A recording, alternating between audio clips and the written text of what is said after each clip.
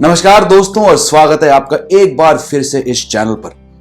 क्योंकि T20 world cup खत्म हो चुका है और काफी रिजल्ट्स और टॉपिक्स, ट्रेंड्स और करंट क्रिकेट हेडलाइंस पे बातें हुई हैं, तो मैंने सोचा कि आज के एपिसोड में मैं आपको अपने सीरीज क्रिकेट गपशप का एक और किस्सा पेश करूं।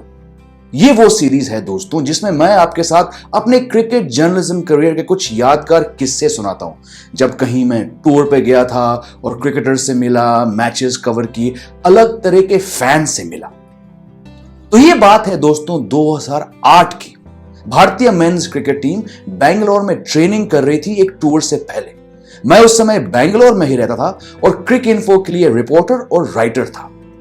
तो जैसे कि होता था जब कोई टीम चिन्नस्वामी स्टेडियम के अंदर नेशनल क्रिकेट एकेडमी NCA पे ट्रेनिंग करती थी, मैं अपने दोस्त और कॉलीग श्रीराम वीरा के साथ वहां गया। ये उन दिनों की बात है दोस्तों जब NCA के अंदर जाना आसान था। कोई प्रेस कार्ड दिखाने की जरूरत नहीं थी, बस ऑफिस का ID कार्ड काफी था। और क्योंकि क्रिक इन्फो ऑफिस ज्यादा दूर नहीं था अनिल कुंबले सर्कल से, तो मैं और वीरा टहलते हुए कॉफी पकड़ के निकल गए MG रोड पर और ग्राउंड पहुंचे। इंडियन टीम प्रैक्टिस कर रही थी और हम दोनों बाउंड्री के पीछे खड़े होकर देखने लगे। उस बीच fast bowler Sreesanth high catches की प्रैक्टिस करने हमारी तरफ आए। अब वो पहले से वीरा को जानते थे, तो उन्हें देखकर श्रीसंत ने हाथ हिलाया और इशारा किया कि आता हूं तुम्हारे पास। अच्छा, अब मैं एक हाथ प्रेस कॉन्फ्रेंस के अलावा कभी पर्सनली श्रीसंत से मिला नहीं था। वो मुझे नहीं जानते थे और ये तो उन्हें जरूर नहीं पता था कि मुझे हिंदी आती। फील्डिंग प्रैक्टिस के बाद श्रीसंत जॉग करके हुए हमारे पास आए और वीरा को हाय बोला, हाथ मिलाया, हालचाल पूछा और फिर मुझे देखकर अपना हाथ सामने किया ऐसे हैंडशेक के लिए और पूछे हल्का सा एक्शन लगा के कि hey mate, what's up, how's it going.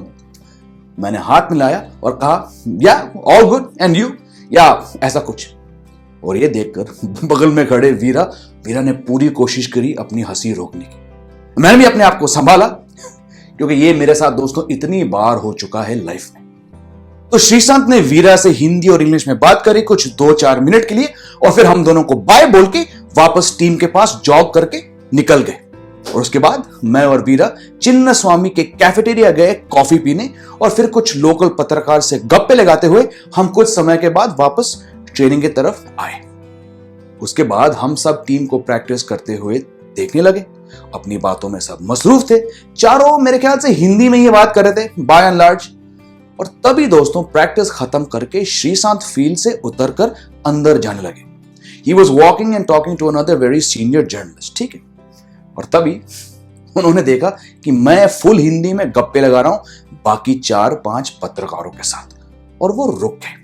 उनकी आंखें बड़ी हुई, हमारी तरफ देख के उन्होंने कहा कि अरे ये अंग्रेज तो हिंदी बोल रहा है, ये कैसे।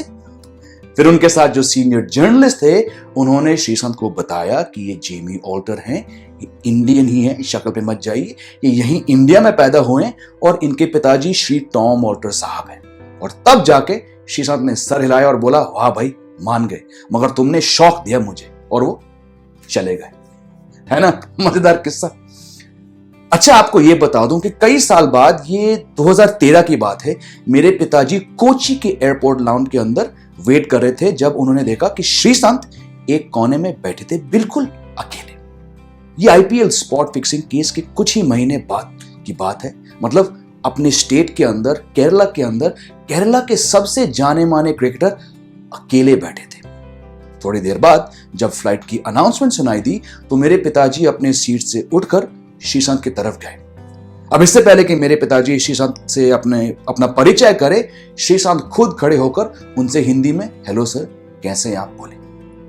कुछ 2 मिनट के लिए उन दोनों ने बात की होगी, मगर मेरे पिताजी ने बाद में बताया कि उन 2-3 मिनट में श्रीसंत के चेहरे पे एक छोटे बच्चे जैसी रौनक आई कि कोई उनसे बात करने आया।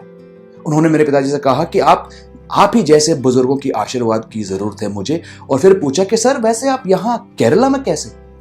तो मेरे पिताजी ने श्रीसंत को मुस्कुराते हुए कहा, और ये पूरी कॉन्वर्सेशन दोस्तों अब तक हिंदी में हो रही थी, उन्होंने कहा कि मैं तुमसे मिलने आया हूं। ये सुनकर श्रीशांत मुस्कुराए और मेरे पिताजी को गुड बाय कहने के बाद वो वापस अपनी सीट में नहीं बैठे जब तक मेरे पिताजी उस एयरपोर्ट लाउंज से निकले, आउट ऑफ रिस्पेक्ट।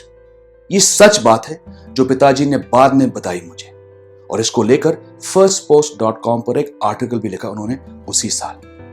तो देखिए श्रीसंत के दो पहलू, उनके करियर के दो बिल्कुल अलग मोड़, अलग समय। एक, जब वो मुझसे मिले बेंगलोर में as the future of Indian fast bowling star from Kerala, और फिर 5 साल के बाद जब वो मेरे पिताजी से मिले कोची एयरपोर्ट के अंदर, जब वो क्रिकेटिंग दुनिया से पराये हो गए थे। दोस्तों, उम्मीद करते हैं आपको इन किस्सों को सुनकर मजा आया, वीडियो अच्छा लगा, और मैं आपसे मिलता हूं एक नए वीडियो के साथ बहुत जल्द। टेक केयर, जय हिंद।